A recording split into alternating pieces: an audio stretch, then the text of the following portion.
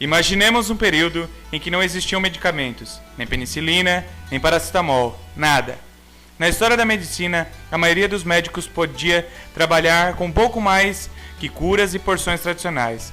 O enfermo era obrigado a agonizar, sangrava e inclusive recebia choques elétricos. Não admira que esses tratamentos poucas vezes ajudassem, causando com o tempo graves danos à saúde. Coube esperar para que em 1909 o brilhante e excêntrico médico alemão Paul Ehrlich, que deu finalmente ao mundo o primeiro mecanismo, sendo aplaudido como um herói nacional, em vez do que ele esperava, se tornou uma das histórias mais trágicas da medicina. Seguramente, Paul Ehrlich viveu na época adequada, no século XIX, porque naquele momento havia uma espécie de agitação no mundo da biologia e medicina. Houve um grande avanço na patologia, no entendimento de mecanismos das doenças e nos aspectos da medicina, como a teoria dos germes, graças a Louis Pasteur e Robert Koch. Então, finalmente foi descoberto que os germes causavam as doenças, e inclusive as mais grandes mentes científicas não teriam ideias de nem como tratá-las. Se pensavam que qualquer produto químico que pudesse matar os germes mataria o paciente. Só Ehrlich discordava dessa opinião.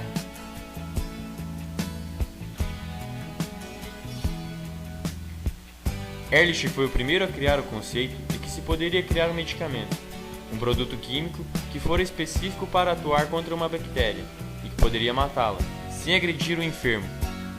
Ele chamou de bala mágica.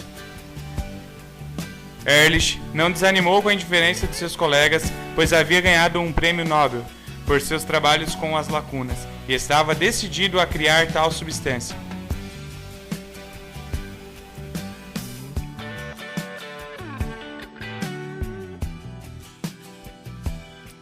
Paul Ehrlich e seu ajudante japonês provocaram muitas combinações, até que finalmente viram que o composto 606, o salvação, era o que funcionava perfeitamente nos animais do experimento. A salvação, um derivado arsênico, era capaz de acabar com uma das enfermidades mais disseminadas da época, a sífilis. Enquanto as pessoas continuassem praticando sexo, ainda haveria sífilis. As pessoas culpavam umas às outras.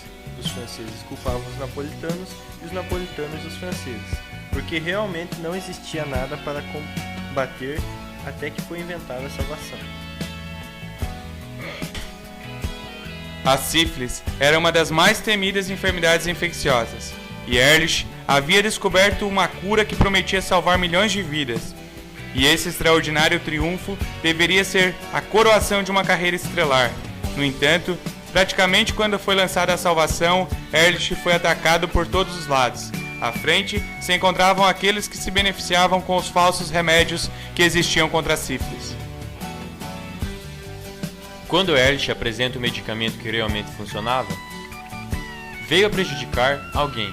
Os curandeiros, que se beneficiavam dos falsos remédios, se veem ameaçados e reagem taxando salvação como droga perigosa. Ehrlich ignorou os ataques por diversos princípios, pois havia dado cuidadosas instruções para o uso seguro da salvação. Muitos doutores o ignoraram e seus pacientes morreram. Pelo suposto, culparam Ehrlich pelos falecimentos. O arsênico é um veneno e, se mal administrado, pode causar muitos danos. As pessoas morriam por receber uma dose inapropriada do salvação. Um dos problemas era que teria de ser misturado com água e injetado. Se a água estava contaminada, o efeito poderia ser negativo. E outro problema era que se pessoas provassem que o salvação curava a sífilis em diferentes fases, assim que eles tentavam tratar em uma etapa, daria, e em outra não. Argumentavam que o produto era inútil.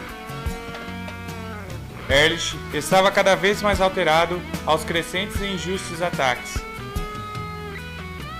Quem se opunha ao Ehrlich e ao salvação se agarrava em qualquer coisa para ir contra eles. E uma delas era acusar Ehrlich e a companhia fabricante de receber demasiados benefícios, e por muito tempo os acusaram, afirmando que eles fabricavam por muito pouco dinheiro e vendiam por muito. Estavam se forrando, e Ehrlich estava rico. Em Ehrlich choviam os ataques. O acusavam de não ter descoberto realmente a salvação, de não haver provado adequadamente. inclusive que em seu hospital obrigavam as prostitutas a tomar a salvação contra sua vontade. Cansado do que se falava, Ehrlich escreveu uma carta para que se leia. Naturalistas, charlatões, antividas sexuais, antiremistas se uniram para manchar meu nome, por ofensas absurdas através de manifestos e mentiras. O resultado irônico é que Ehrlich fez descobertas em uma época de milagres médicos, e ao mesmo tempo abriu a caixa de Pandora do comercialismo, e a política que acompanha os descobrimentos médicos.